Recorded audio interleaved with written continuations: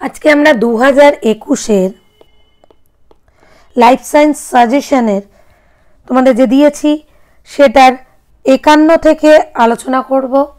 তোমাদের সঙ্গে আগের দিন আমি 40 থেকে 50 অবধি আনসারগুলো সব বলে দিয়েছিলাম, লিখেও দিয়েছিলাম।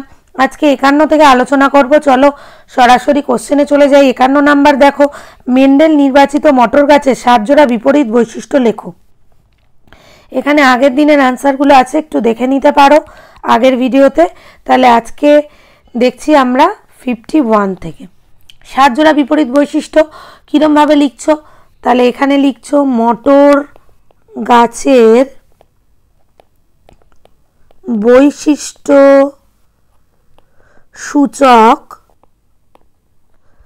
চরিত্র, এখানে লিখছো প্রকট বৈশিষ্ট্য এবং এ পাশে লিখবে প্রচ্ছন্ন বৈশিষ্ট্য। এইভাবে ছক করে করবে, তাহলে ব্যাপারটা খুবই সহজসাধ্য হবে বোঝার পক্ষে। এইটা পরে লিখে দিতে পারো যে বিপরীত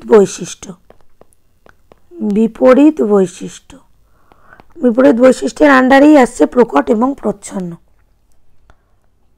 ঠিক আছে, এরকমভাবে ছকটা তৈরি করতে পারো। তাহলে এখানে 1 নম্বর দিয়ে লিখছো কি বীজের আকার। তোমরা জানো মটর বীজের আকার হতে পারে গোলাকার বা কুঞ্চিত।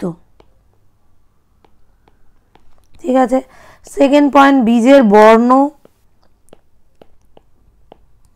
বর্ণ হতে পারে হলুদ বা সবুজ। 3 নম্বর পরিপক্ক ফলের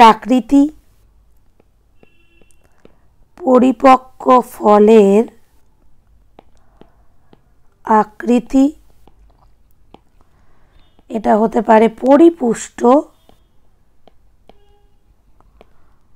বা খাদযুক্ত।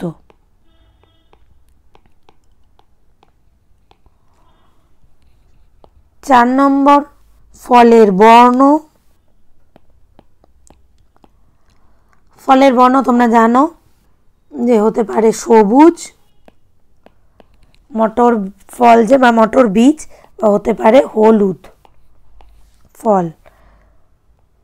মটর ফল যেটা। নেক্সট দেখো নাম্বার 5 হলো ফুলের বর্ণ হতে পারে বেগুনি, সাদা।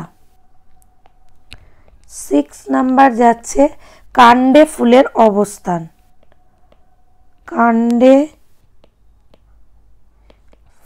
অবস্থান।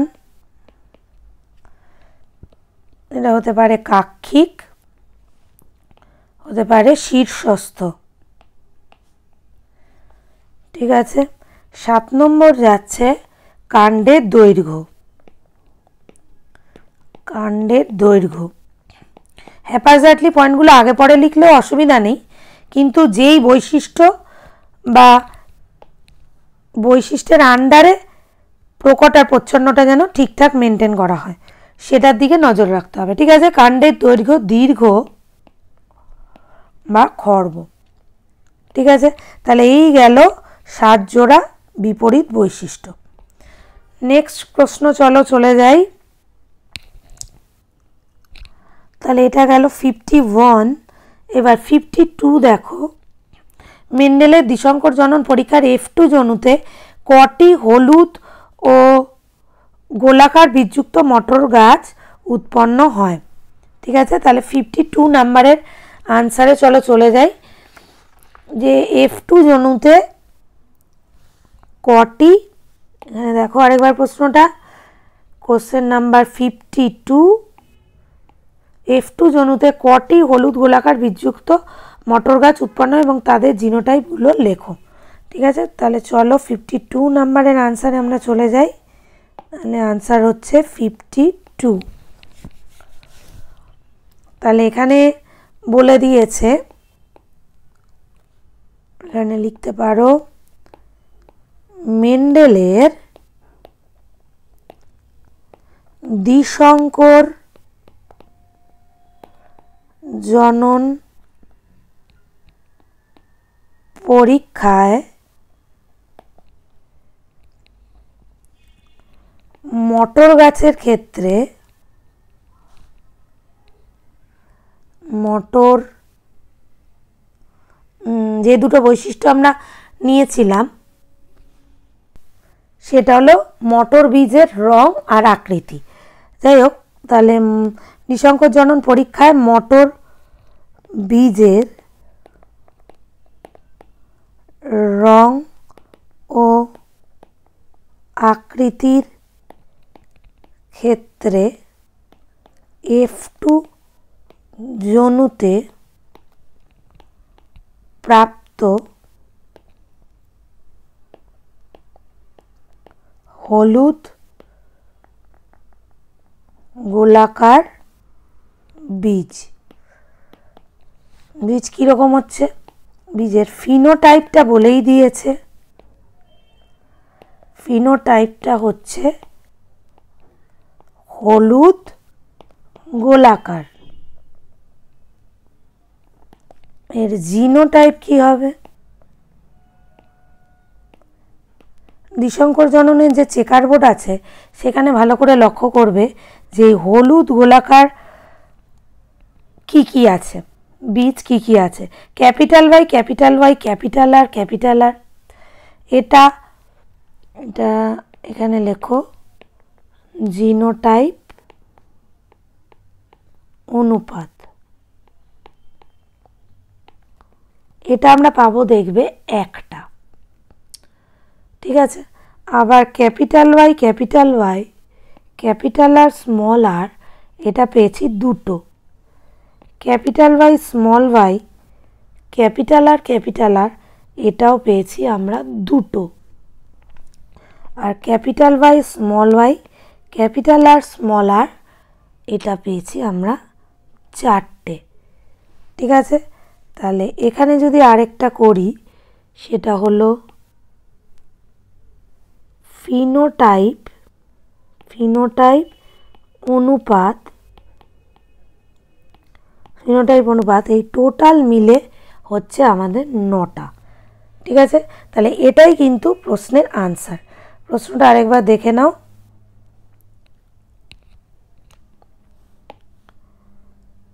মেন্ডেলের দ্বিসংকর জনন পরীক্ষায় F2 জনুতে কটি হলুদ ও গোলাকার বীজযুক্ত মটর গাছ উৎপন্ন হয় এবং তাদের জিনোটাইপগুলো কি কি? তাহলে এখান থেকে দেখতে পাচ্ছ যে 9টি হলুদ গোলাকার। এবার আনসার লিখবে যে 9টি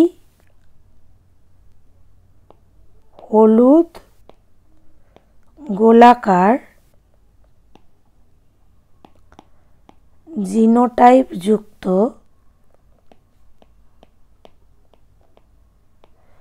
বীজ উৎপন্ন হয়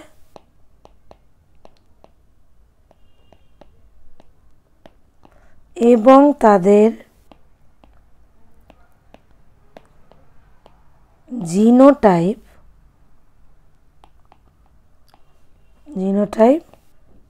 capital Y, capital Y, R R, capital Y, capital Y, capital R, small R, capital Y, small Y, capital R, capital R, ও capital Y, small Y, capital R, small R. Capital Y, small Y, capital R, small R. বোঝা গেছে? এটা হচ্ছে তাহলে answer 52 এর। চলো next question দেখে নিই। নেক্সট কোশ্চেন হলো 53, জিন ও অ্যালিলের মধ্যে পার্থক্য কি? চলো আনসারটা করার চেষ্টা করি। 53, জিন অ্যালিল।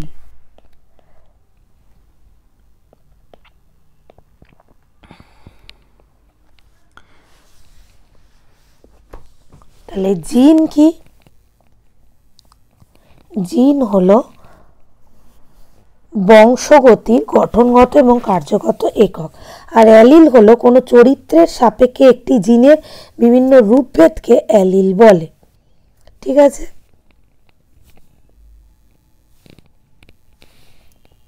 এখানে 1 নম্বর পয়েন্ট নিয়ে লিখতে পারো জিন হলো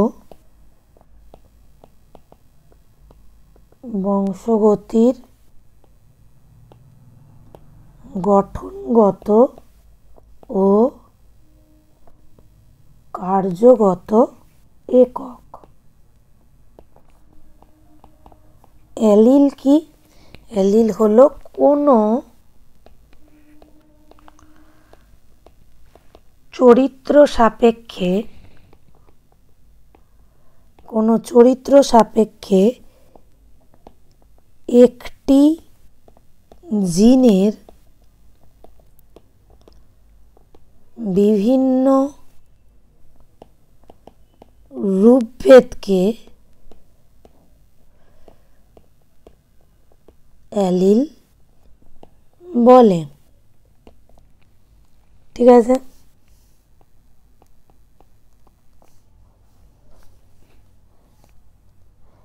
আর একটু এখানে লেখা যায় জিন হলো ডিএনএ বা আরএনএর এমন অংশ যা বংশগতির গঠনগত একক হিসাবে একটি পলিপেপটাইড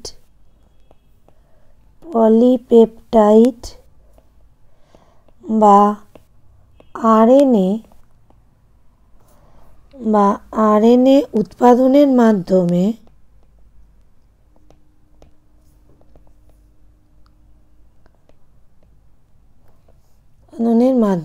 জীবের চারিত্রিক বৈশিষ্ট্য নির্ধারণ করে।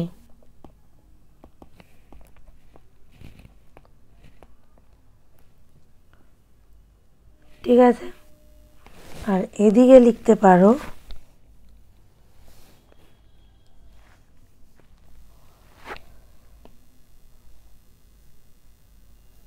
অ্যালিল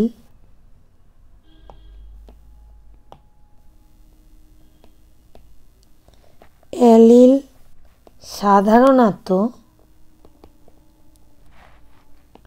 জীবের কোনো একটি বৈশিষ্ট্যের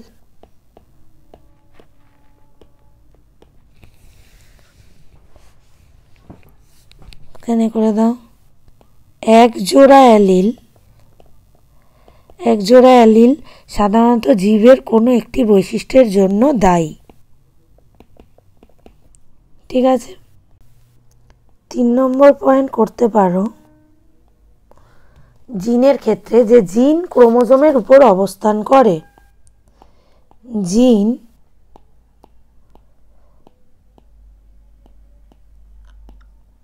ক্রোমোজোমের উপর অবস্থান করে।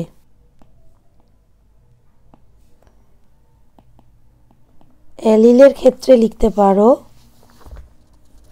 সমস্ত ক্রোমোজোমের নির্দিষ্ট বিন্দুতে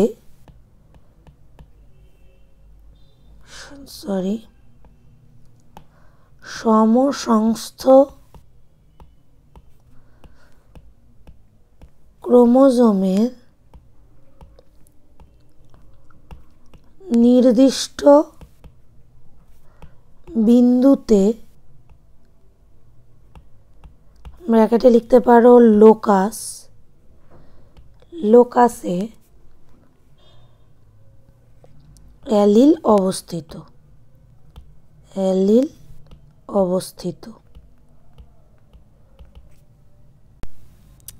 এই 2 নম্বর পয়েন্টের সঙ্গে একটু অ্যাড করে দিতে পারো যে একই জিনের বিভিন্ন রূপভেদকেই কিন্তু অ্যালিল বলে। ঠিক আছে, একই জিনের বিভিন্ন রূপভেদকে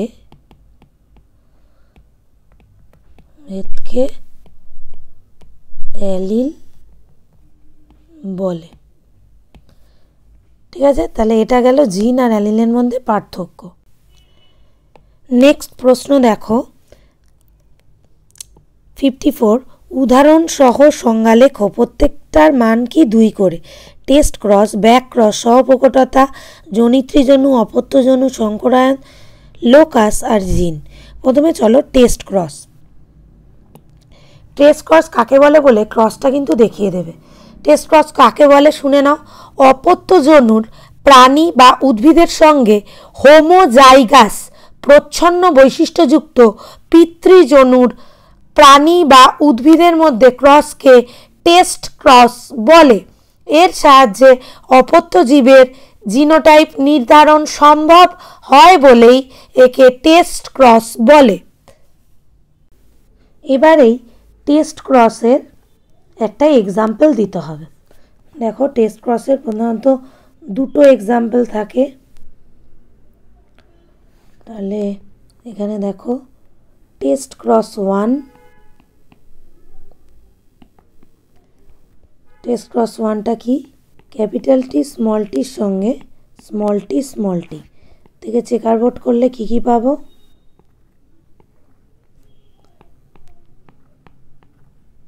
capital T small tea, capital T small tea. ঠিক আছে, এবার এটার যদি অনুপাত দেখি, এটাও দেখো, এটা দেখো, তাহলে কি 1:1।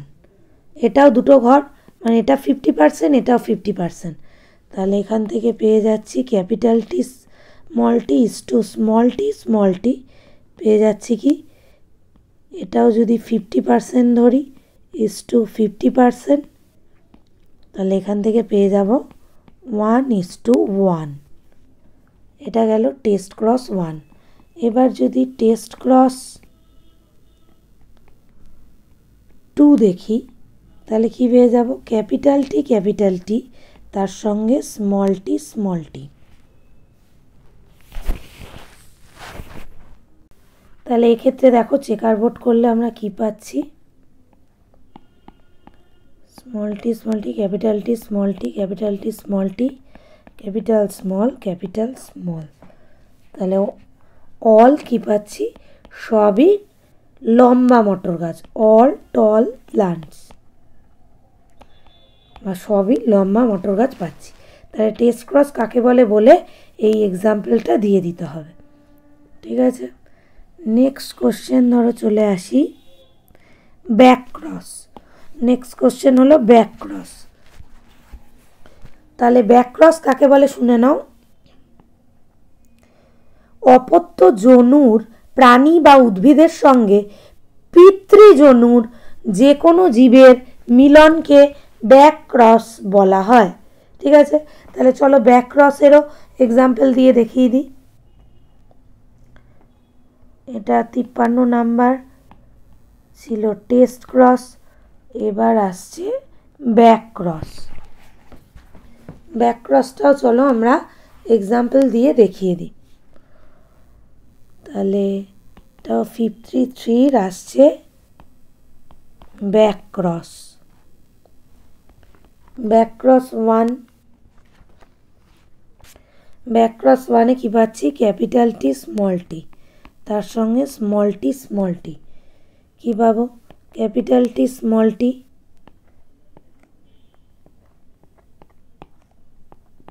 Capital T small tea, capital T small tea. ঠিক আছে, এইটা কি? এটা হচ্ছে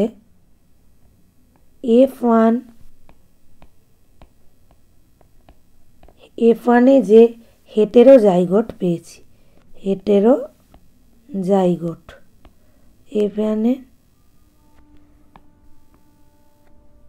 হেটেরোজাইগোট লম্বা যে মটর গাছ পেয়েছি।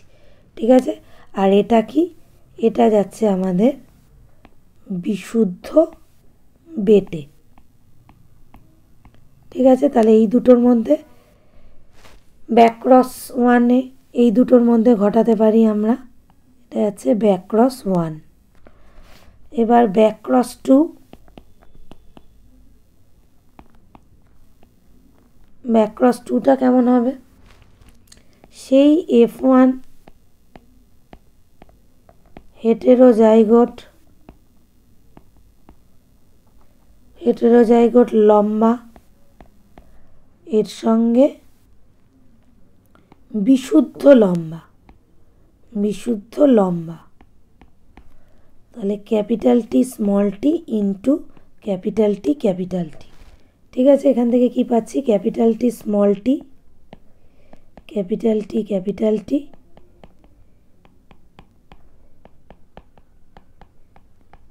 ঠিক আছে, তাহলে এখান থেকে পেলাম কি?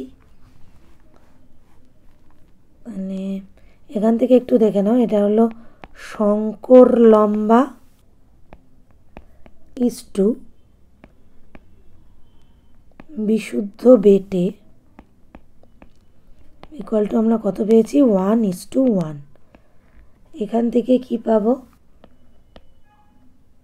বিশুদ্ধ লম্বা ইস টু শঙ্কর লম্বা ইকুয়াল টু কত? 1:1। ঠিক আছে, তাহলে প্রকৃতপক্ষে কি দেখা হচ্ছে? যে F1-এ যেটা পাচ্ছি আমরা, F1-এ যেটা পাচ্ছি, এটা ক্যাপিটাল টি স্মল টি F1-এ পেয়েছি, ক্যাপিটাল টি স্মল টি F1-এ পেয়েছি। F1-এ যেটা পাচ্ছি তার সঙ্গে প্যারেন্টাল মানে পি জনুর, তাহলে পি জনু তো একটা ছিল এটা, একটা ছিল এটা, তাহলে F1-এ আমরা যেটা পাচ্ছি এটা আর এটা, এটার সঙ্গে প্যারেন্টাল জনু বা পি জনুর ক্রস। প্যারেন্টাল জনু তো ছিল ক্যাপিটাল টি আর স্মল টি, তাহলে F1-এ যেটা পেয়েছি সেটার সঙ্গে প্যারেন্টাল জনু, আবার F1-এ যেটা পেয়েছি তার সাথে প্যারেন্টাল জনুর ক্রসটাই হলো ব্যাক ক্রস। ঠিক আছে, এটাই হচ্ছে আমাদের ব্যাক ক্রসের এক্সাম্পল। নেক্সট চলো চলে যাই পরের কোশ্চেন। দেখো কি?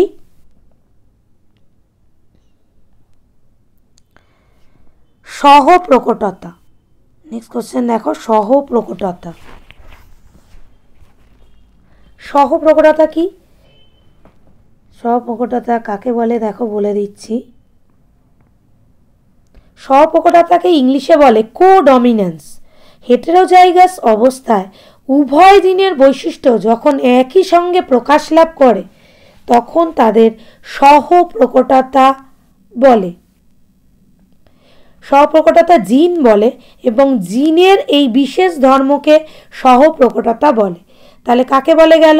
আরেকবার বলছি, হেটেরোজাইগাস অবস্থায় উভয় জিনের বৈশিষ্ট্য যখন একই সঙ্গে প্রকাশ লাভ করে তখন তাদের সহপ্রকট জিন বলে এবং জিনের এই বিশেষ ধর্মকেই সহপ্রকটতা বলে।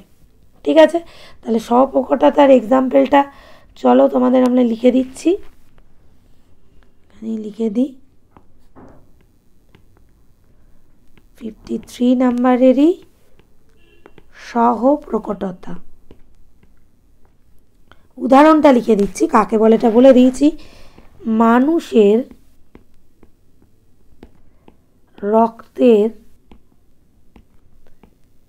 এবি বিভাগে মানে এবি ব্লাড গ্রুপে এ গ্রুপের জিন ও বি গ্রুপের জিন একসঙ্গে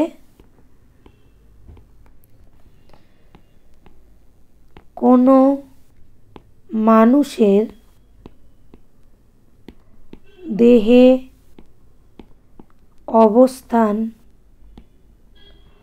করলে রক্তের গ্রুপ এবি হয়। অর্থাৎ এ বি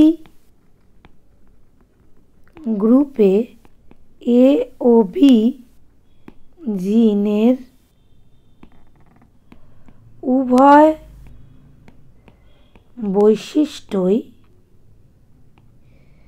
বৈশিষ্ট্য পাশাপাশি ভাবে প্রকাশিত হয়। তাহলে রক্তের এই এবি ব্লাড গ্রুপই হলো সহপ্রকটতার উদাহরণ। বোঝা গেছে? এবার চলো পরেরটা দেখি কি আছে।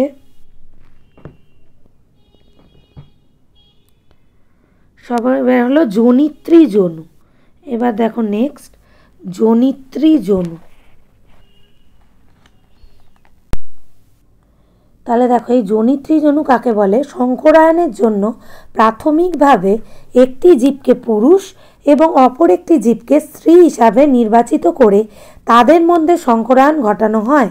এই পুরুষ ও স্ত্রী জীব দুটিকে জনিত্রী যনু বা পি যনু রূপে অভিহিত করা হয়। পি যনু থেকেই উৎপন্ন পরবর্তী যনুকে প্রথম অপত্য যনু বা F1 যনু বলে। ঠিক আছে, তাহলে এর উদাহরণে চলে যাই। চলো জনিত্রী যনুর উদাহরণ।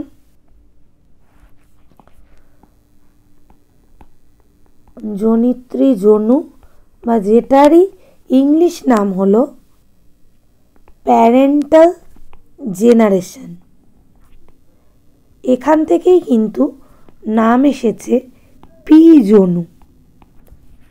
বোঝা গেছে? তাহলে capital T into small tea, এখান থেকে আমি পাবো ক্যাপিটাল টি স্মল টি। তাহলে এটা যাচ্ছে জনিত্রী যনু বা পি যনু, আর এটা যাচ্ছে আমাদের প্রথম অপত্য যনু বা F1 যনু। তাহলে কাকে বলে লিখে অবশ্যই উদাহরণটা দিয়ে দিচ্ছ। নেক্সট কোশ্চেন চলো চলে যাই।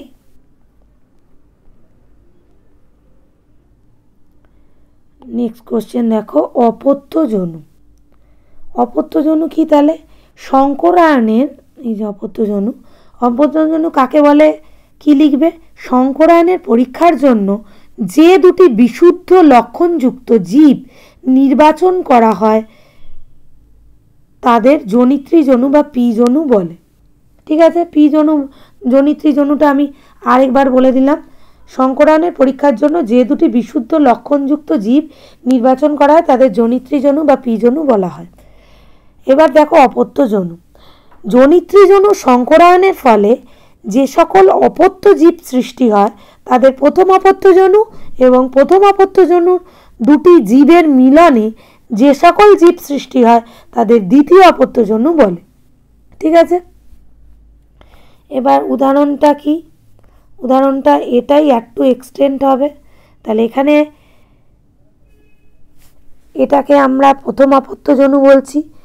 এবার এর সঙ্গে যদি আরেকটাও ক্যাপিটাল টি স্মল টি এর ক্রস ঘটাই তাহলে এখান থেকে আমরা পেয়ে যাব কি? চারটে, তাই তো? Capital T small tea. তাহলে এটা হচ্ছে আমাদের দ্বিতীয় অপত্য যনু বা F2 যনু। এটা হলো F1 ফার্স্ট ফিলিয়াল জেনারেশন, তাই F1, সেকেন্ড ফিলিয়াল জেনারেশন, তাই F2। তাহলে আর এই দুটো মিলেই হলো আমাদের অপত্য যনু। এই দুটো মিলিয়েই যাচ্ছে আমাদের অপত্য যনু। ঠিক আছে, আর এটা হচ্ছে আমাদের জনিত্রী যনু। বোঝা গেছে? নেক্সট দেখো চলে যাই। পরের কোশ্চেনে কি ছিল দেখো, সংকরায়ন। নেক্সট কোশ্চেন আছে সংকরায়ন। তাহলে সংকরায়ন কাকে বলে? সাধারণভাবে কোনো চরিত্র সাপেক্ষে বিপরীত বৈশিষ্ট্যযুক্ত দুটি জীবের মিলনকে সংকরায়ন বা হাইব্রিডাইজেশন বলে। ঠিক আছে, যেমন কি? যেমন এখানেই করে দিচ্ছি ক্যাপিটাল টি স্মল টি সঙ্গে স্মল টি।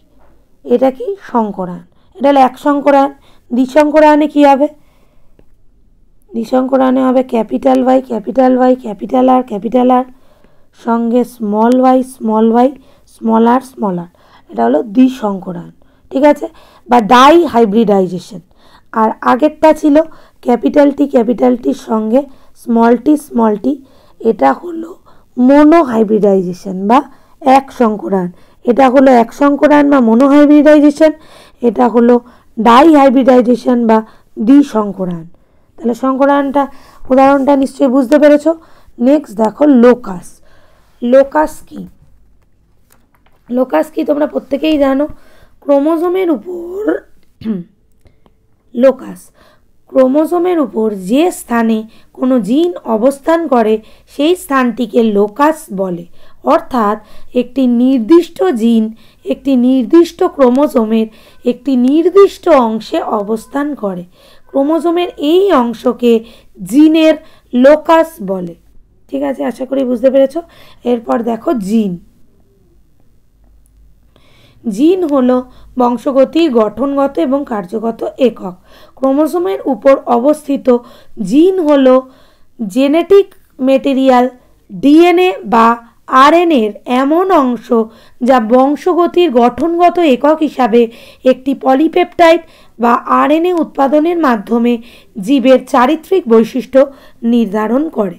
তাকে বলা হচ্ছে জিন। বোঝা গেল? নেক্সট কোশ্চেন দেখো 55। ক্রোমোজোমীয় মিউটেশন কাকে বলে? এই প্রশ্নের উত্তর লিখবে ক্রোমোজোমের গঠন বা ক্রোমোজোমের সংখ্যা পরিবর্তনের জন্য যখন কোনো জীবে চারিত্রিক বৈশিষ্ট্যের পরিবর্তন আসে তখন তাকে ক্রোমোজোমীয় মিউটেশন বা ক্রোমোজোম গঠিত মিউটেশন বলে। বোঝা গেছে? এই ক্রোমোজোমীয় মিউটেশনের মধ্যে তোমরা লিখতে পারো উদাহরণ হিসাবে ডিলিশন, ডুপ্লিকেশন, ইনভার্সন, ট্রান্সলোকেশন, এইগুলো লিখতে পারো। তাছাড়া লিখতে পারো ইউপ্লয়েডি, অ্যানিউপ্লয়েডি, এগুলো এক্সাম্পলে কমা দিয়ে লিখে দিতে পারো। নেক্সট প্রশ্ন দেখো 56 নাম্বারের বর্ণান্ধতার কারণ কি? এক্স ক্রোমোজোমে অবস্থিত একটি জিনের মিউটেশনের জন্যই বর্ণান্ধতা প্রকাশ পায়। তাহলে এক্স ক্রোমোজোমে অবস্থিত জিনের মিউটেশনই হলো বর্ণান্ধতার কারণ। আর বর্ণান্ধতা তোমরা সবাই জানো যে এক্স ক্রোমোজোমের বা ত্রুটিপূর্ণ এক্স ক্রোমোজোমের জন্যই কিন্তু বর্ণান্ধতাটা হয়। এটাও সঙ্গে বলে দিতে পারো, সাধারণ কথায় বর্ণান্ধতা অর্থ হলো রং চিনতে না পারা। মানুষ লাল সবুজ বর্ণান্ধতায় সেক্স লিঙ্কেজের অন্তর্ভুক্ত। এক্স ক্রোমোজোমে অবস্থিত একটি জিনের মিউটেশনের জন্যই এরকম বর্ণান্ধতা জন্ম নেয়। মিউটেশনে উৎপন্ন জিনটি প্রচ্ছন্নধর্মী। ঠিক আছে, নেক্সট কোশ্চেন চলে যাই 57। মেন্ডেলের দ্বিসংকর জননের F2 জনুতে capital Y capital R small R থেকে উৎপন্ন সম্ভাব্য গ্যামেটগুলো কী কী হতে পারে? তোমরা এটা সবাই জানো যে 4টে গ্যামেট উৎপন্ন হয় এবং সম্ভাব্য গ্যামেটগুলো এরকম হতে পারে। সেটা হলো capital Y capital R, capital Y small Y capital R small Y small R. এই 4 রকমের গ্যামেট উৎপন্ন হতে পারে। তাহলে হয়ে গেল। এরপর দেখো বংশে থ্যালাসেমিয়ার ইতিহাস থাকলে জেনেটিক কাউন্সেলিং জরুরি, ব্যাখ্যা করো। দেখো এর উত্তরটা এভাবে লিখব, বংশের থ্যালাসেমিয়ার ইতিহাস থাকলে জেনেটিক কাউন্সেলিং অবশ্যই জরুরি বিবাহের পূর্বে। 2 পরিবারের বিবাহের পর তারা যাতে সুস্থ থ্যালাসেমিয়া মুক্ত শিশুর জন্ম দিতে পারে তার জন্য যে পরামর্শ প্রদান করেন তাকে জেনেটিক কাউন্সেলিং বলে। থ্যালাসেমিয়া অটোসোমবাহিত প্রচ্ছন্ন জিন গঠিত রোগ। এক্ষেত্রে পিতা বা মাতা হেটেরোজাইগাস প্রকৃতির হলে তার থ্যালাসেমিয়া হওয়ার সম্ভাবনা থাকে না।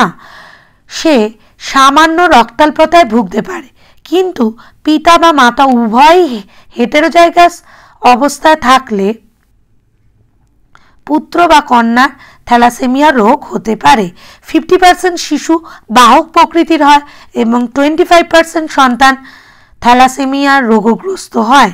এই কারণে বিবাহের পূর্বে দম্পতির পরিবারের কেউ মেজর থ্যালাসেমিয়া রোগগ্রস্ত না থাকে সেই জন্য রক্ত পরীক্ষা করা দরকার এবং উভয় পরিবারকে জেনেটিক পরামর্শ দেওয়া দরকার জেনেটিক কাউন্সিলরের কাছে গিয়ে। বোঝা গেল। নেক্সট প্রশ্ন দেখো 59, স্ত্রী লোকেদের হোমোগ্যামেটিক ফিমেল বলা হয় কেন? স্ত্রী লোকের ক্ষেত্রে XX দ্বারা স্ত্রীলিঙ্গকে বোঝানো হয় বা স্ত্রীকে বোঝানো হয়। এক্ষেত্রে দুটি সমপ্রকার XX দ্বারাই স্ত্রীলিঙ্গকে বোঝানো হচ্ছে দুটি সমপ্রকার গ্যামেটের দ্বারা, এই জন্য একে হোমোগ্যামেটিক ফিমেল বলে। পুরুষদের XY দ্বারা বোঝানো হয় দুটি ভিন্ন প্রকার গ্যামেটের দ্বারা, তাই এদের হেটেরোগ্যামেটিক ফিমেল বলে। ঠিক আছে। মানুষের লিঙ্গ নির্ধারণ পদ্ধতি সংক্ষেপে লেখো। এইটা বইতেই পেয়ে যাচ্ছ। লিঙ্গ নির্ধারণ পদ্ধতিটা 44A প্লাস XX মানে মহিলা, 44A প্লাস XY মানে পুরুষ, এই দুজনের মধ্যে ক্রস ঘটালে আমরা কি পাবো? আমরা পাবো কন্যা 44A XX, পুত্র 44A XY, 44A XX, 44A XY। ঠিক আছে। তাহলে এরকম অপত্যতে দুটো পুত্র এবং দুটো কন্যা পাবো। এটা চেকার বোর্ডের মাধ্যমে বইতে ঠিক যেমন আছে তেমনভাবেই দেখাবে। মানুষের দুটি প্রকট ও দুটি প্রচ্ছন্ন বৈশিষ্ট্যের নাম লেখো। তাহলে মানুষের এই বৈশিষ্ট্যটা দেখো, এটা হলো প্রশ্নের নাম্বার 60। মানুষের দুটি প্রকট ও দুটি প্রচ্ছন্ন বৈশিষ্ট্যের নাম।